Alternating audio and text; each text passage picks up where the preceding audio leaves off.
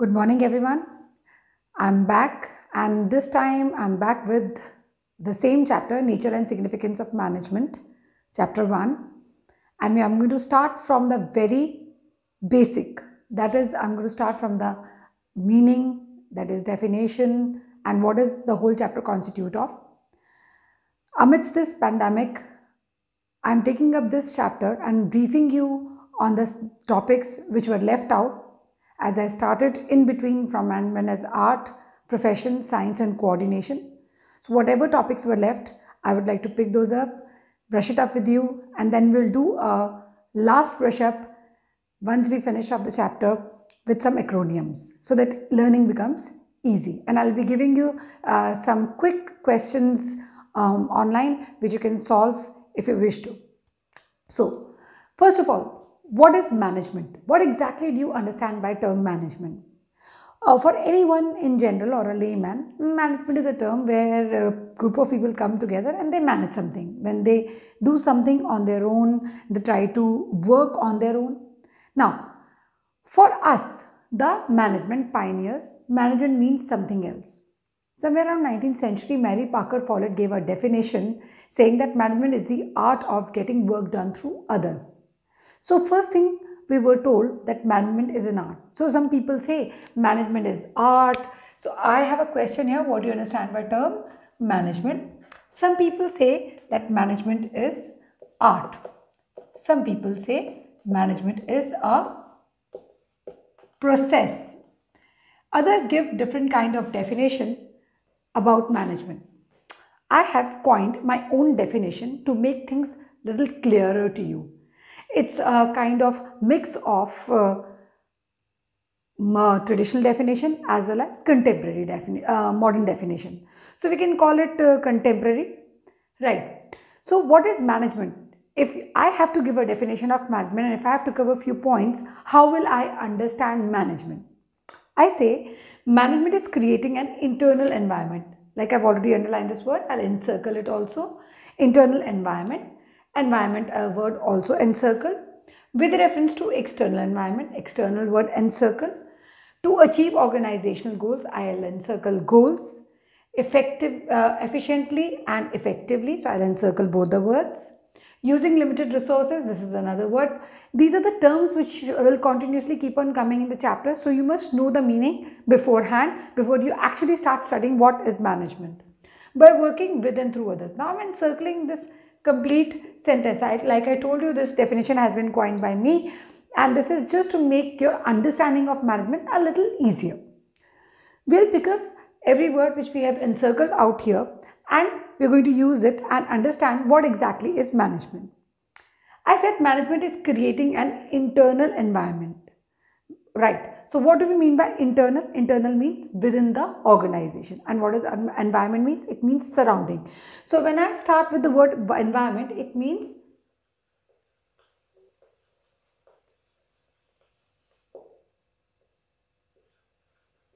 okay, surrounding. Fine. Internal, it means within an organization. Right? External, outside the organization.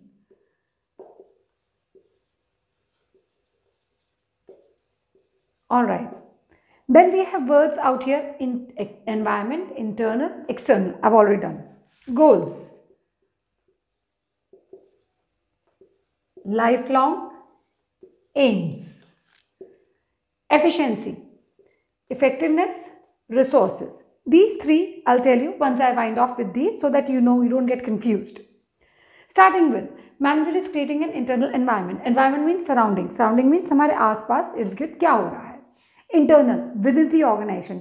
हर एक organization में 3 levels होती है. Majorly 3 levels होती है और 4 departments होते हैं. हम major की बात कर रहे हैं, हम minor level पे बात नहीं कर रहे. एक बड़ी organization है. So कौन सी 3 level होगी?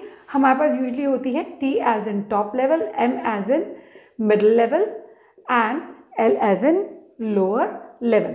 3 levels होती हैं. और मैंने आपको पहले बताया हुआ है 4 departments होते हैं. कौन कौन से? Major 4 departments होते हैं. कौन कौन से?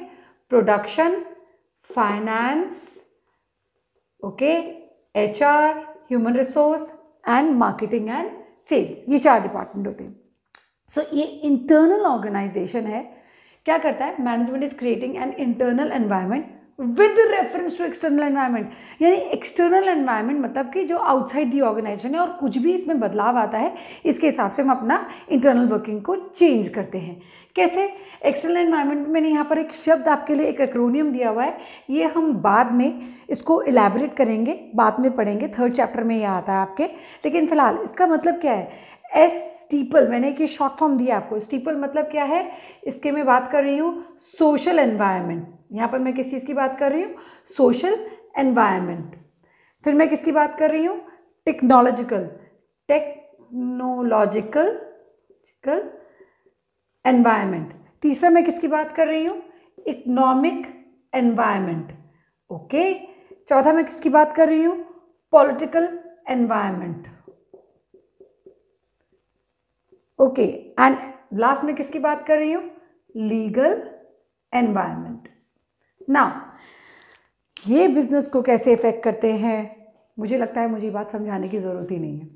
अगर हम थोड़ा सा पीछे चले, 3-4 दिन पीछे, so there is a news about corona virus and very soon from tomorrow onwards there is a lockdown from tomorrow, that is 25th to 31st of March, there is a lockdown. Before that we had on Sunday Janta curfew. Now all these things were what? These were initiated by the political party in power.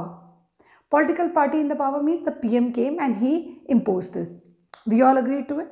No business from 24th till 31st, actually no business except for essential groceries or medicines or whatever it is, right?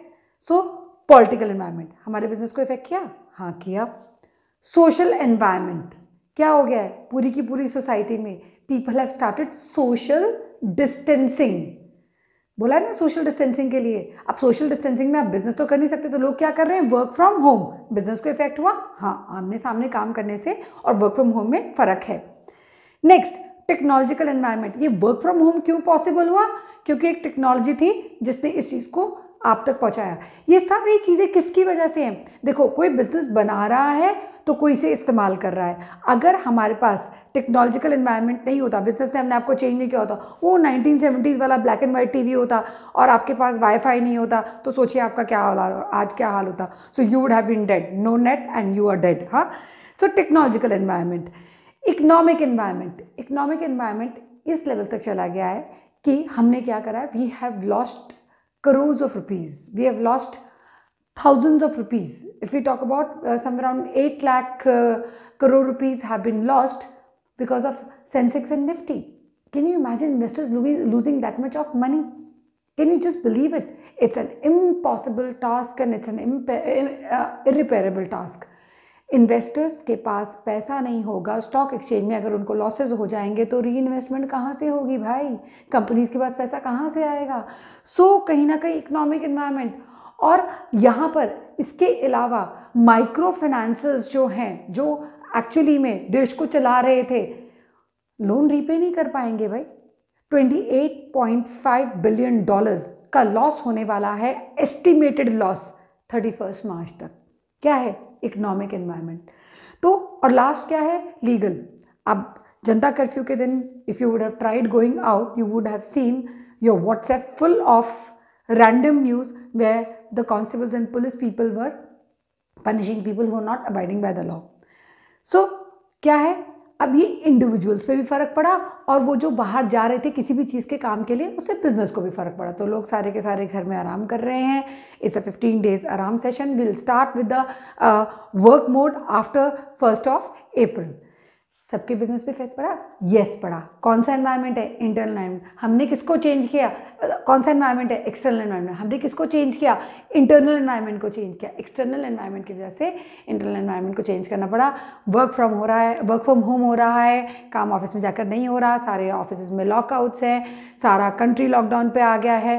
तो क्या है? Internal and external environment. हमने करा internal external environment. Now next we talk about is goals. Goals means lifelong aims. Lifelong aims मतलब क्या? कि जो बहुत देर तक चलते रहते हैं। अब हमारे लिए गोल्स और ऑब्जेक्टिव्स क्या हैं? डिफरेंट है, हम मैनेजमेंट पाइनियर्स हैं, ठीक है। आप सीख रहे हैं मैनेजमेंट और मैं मैनेजमेंट पढ़ा रही हूँ, तो मैनेजमेंट पाइनियर्स में से आ जाते हैं कि जो लोग एज है हमारा अलग है लोगों से, कि हमें पता है मैनेजमेंट क्या है। हाँ, तो क्या है, मैनेजमेंट में गोल्स और ऑब्जेक्टिव्स दोनों डिफरेंट होते हैं। गोल्स और ऑब्जेक्टिव्स का फ़र्क एग्जैक्टली क्या है? गोल्स क्या है? अगर आपने कभी बूंदी का लड्डू खाया हो ना, और जो बूंदी स्कैटर होती है, तो वो क्या है, हमारे गोल्स हैं लाइफ लॉन्ग, क्योंकि उसमें बहुत सारे लड्डू बनने हैं। आपने बूंदी उठाई और लड्डू बनाया और खा लिया, वो क्या हो गया आपका ऑब्जेक्टिव। ऑब्जेक्टिव क्या है? एंड रिजल्ट है। सो ये बेसिक डिफरेंस है गोल्स और ऑब्जेक्टिव्स में। पेपर में ये मत लिखना कि बूंदी का लड्डू और बूंदी का लड्डू खा लिया। उसका मतलब ये है कि गोल्स क्या है, लाइफ लॉन्ग एम्स हैं, और ऑब्जेक्टिव क्या है, हमारा डिजायर्ड एंड पोजीशन या डिजायर्ड एंड रिजल्ट। प्लानिंग के टाइम में जो लास्ट स्टेज ऑफ प्लानिंग होती है वो ऑब्जेक्टिव है, ठीक है।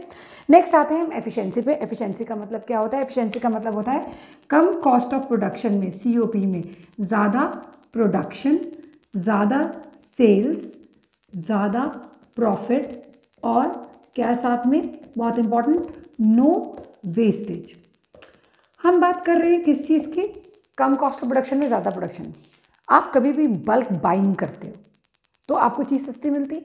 ऐसे ही जब आप बल्क प्रोडक्शन करते हो और बल्क सेलिंग करते हो ना, तो चीज़ आपके लिए क्या बनती है? सस्ती बनती है। और जब वो सस्ती बनती है तो आप जब उसको MRP पे बेचते हो, क्योंकि आपका एक प्राइस होता है, तो आप जब MRP पे बेचते हो उसको, आपकी सेल्स तो हो रही है, तो कॉस्ट आपको कम लगी हुई है और आप उसको बेच रहे हो। Once you are selling it, of course जो चीज़ बनाई है अगर मास प्रोडक्शन की है तो आप अपने पास तो रखोगे नहीं, बेचना तो है ही है, तो जितना बेचोगे उतना ज़्यादा प्रॉफिट होगा और मार्जिन भी ज़्यादा होगा, क्योंकि पहले से ज़्यादा कॉस्ट ऑफ प्रोडक्शन जो है पहले से बहुत ज़्यादा कम हो गई है। तो क्या है, cost of production come, production ज़्यादा, सेल्स ज़्यादा, प्रॉफिट ज़्यादा। और ऐसे में क्या होता है, हमारे रिसोर्सेज, जितने भी रिसोर्सेज हैं वो वेस्ट नहीं होते। रिसोर्सेज मतलब मैन, मनी, मटेरियल। तो ह्यूमन रिसोर्स काम करता रहेगा, उसको आप खाली नहीं बैठने देंगे। मटेरियल वेस्ट नहीं हुआ क्योंकि आप प्रोडक्शन कर रहे हैं, और मनी आपको उसका ज़्यादा रिटर्न मिल रहा है। तो रिसोर्सेज वेस्ट नहीं होते। नो वेस्टेज का मतलब यहाँ पर क्या है कि रिसोर्सेज वेस्ट नहीं होते। Since the word resources is out here, so I will just right it out here कि रिसोर्सेज का मतलब यहाँ पर क्या होता है। हम यूज़ करते हैं मैन, मनी, मटीरियल, ओके। और मैन, मनी, मटीरियल का मैनेजमेंट में मतलब क्या है? Human, financial and physical resource. Human, financial and physical resource. So now we know efficiency का मतलब क्या होता है, वी नो गोल का मतलब क्या होता है, वी नो रिसोर्सेज का मतलब क्या होता है। अब हम आते हैं इफेक्टिवनेस। इफेक्टिवनेस का मतलब क्या होता है?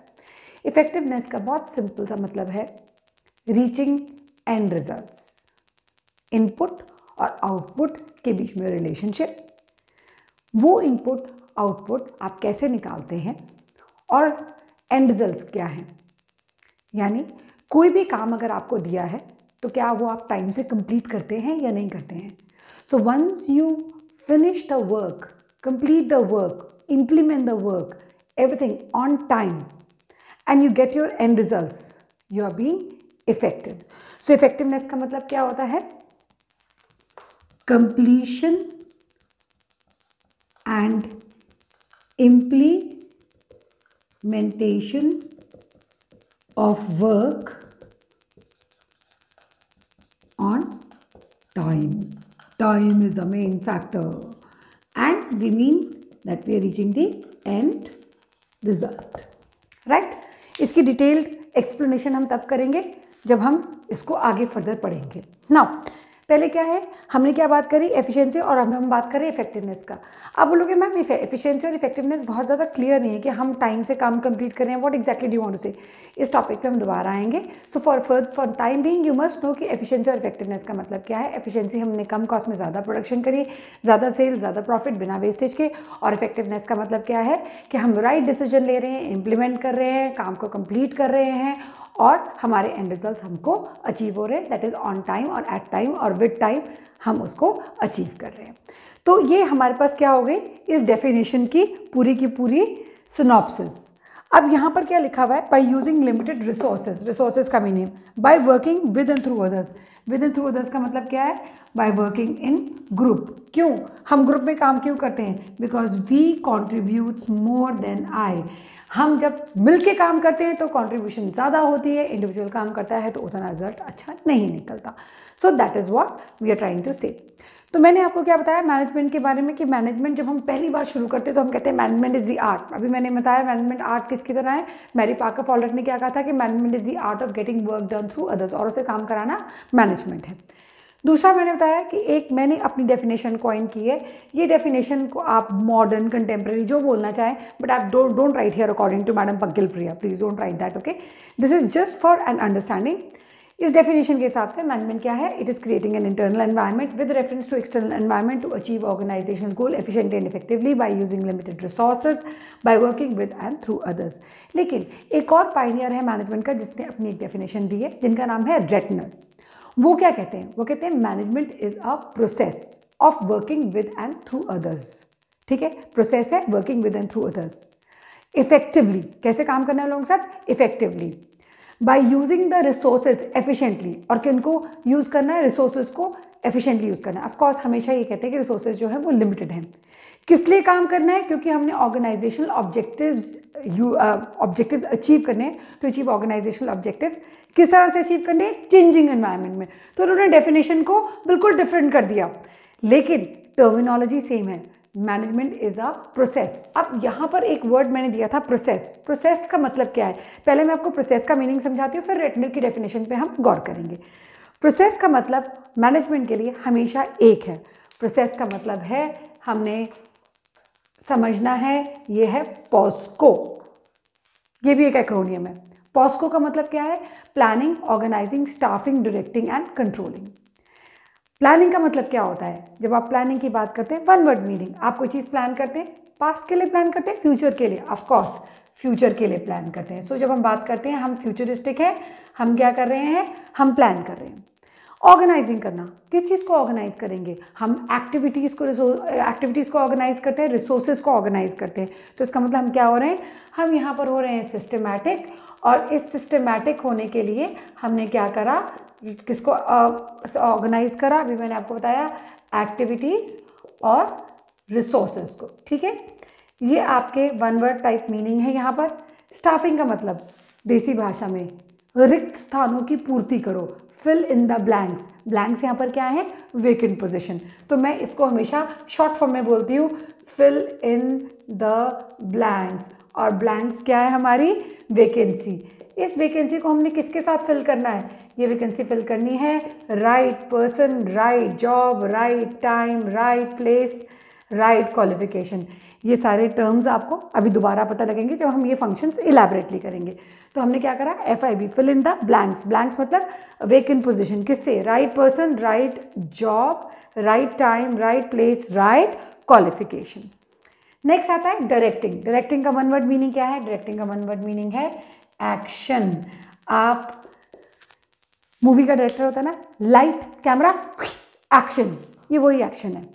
जैसे ही मैनेजर आता है ऑर्गेनाइजेशन में, एक्शन शुरू हो जाता है. आप कहीं भी खड़े होंगे, फटाफट जाकर अपनी जगह बैठ जाएंगे. क्लास टीचर आती है, इमीडिएटली एक्शन शुरू हो जाता है. आप कहीं भी होंगे कि वहाँ जाकर बैठ जाएंगे, एक्शन, क्योंकि आगे पता है कि अब इंस्ट्रक्शन मिलने वाली है हमें, राइट. और लास्ट आता है कंट्रोलिंग. कंट्रोलिंग का मतलब क्या होता है, टू रिव्यू. आप किसी चीज़ को रिव्यू करें, किसी चीज़ को मॉनिटर करें, ये आपकी कंट्रोलिंग होती है. तो क्या है, management is a process of working with and through others. ये रेटनर साहब ने कहा है. तो प्रोसेस का मतलब हमें पता लग गया, working with and through others. कैसे काम करना है, पहले इफेक्टिवली काम करना है, फिर क्या करना है, to achieve organisational objectives efficiently. Organisation के ऑब्जेक्टिव्स अचीव करने कैसे, एफिशिएंटली. इफेक्टिवनेस का मतलब पता है, एफिशिएंसी का मतलब पता है. ऑब्जेक्टिव्स का मतलब मैंने आपको बताया, एंड रिजल्ट्स, क्योंकि गोल्स क्या होते हैं, हमारे लाइफ लॉन्ग एम्स होते हैं, तो वो भी मैंने आपको बता दिया. अब आप जब एफिशिएंटली काम कर रहे हैं तो किस चीज़ को यूज़ करेंगे, लिमिटेड रिसोर्सेज को, ये रहे. किस चीज़ में यूज़ करेंगे, चेंजिंग एनवायरनमेंट में. चेंजिंग एनवायरनमेंट का मतलब सिर्फ दो चीज़ें हैं. पहला एक इंटरनल एनवायरनमेंट होता है, एक एक्सटर्नल. एक्सटर्नल चेंज होता है तो हमें अपने आप को इंटरनली चेंज करना पड़ता है. I hope the definition is clear to you, the meaning of management is clear to you. Next we start is with concept of management. Concept of management में तीन terms आती हैं. पहला management as a process, दूसरा efficiency, तीसरा effectiveness.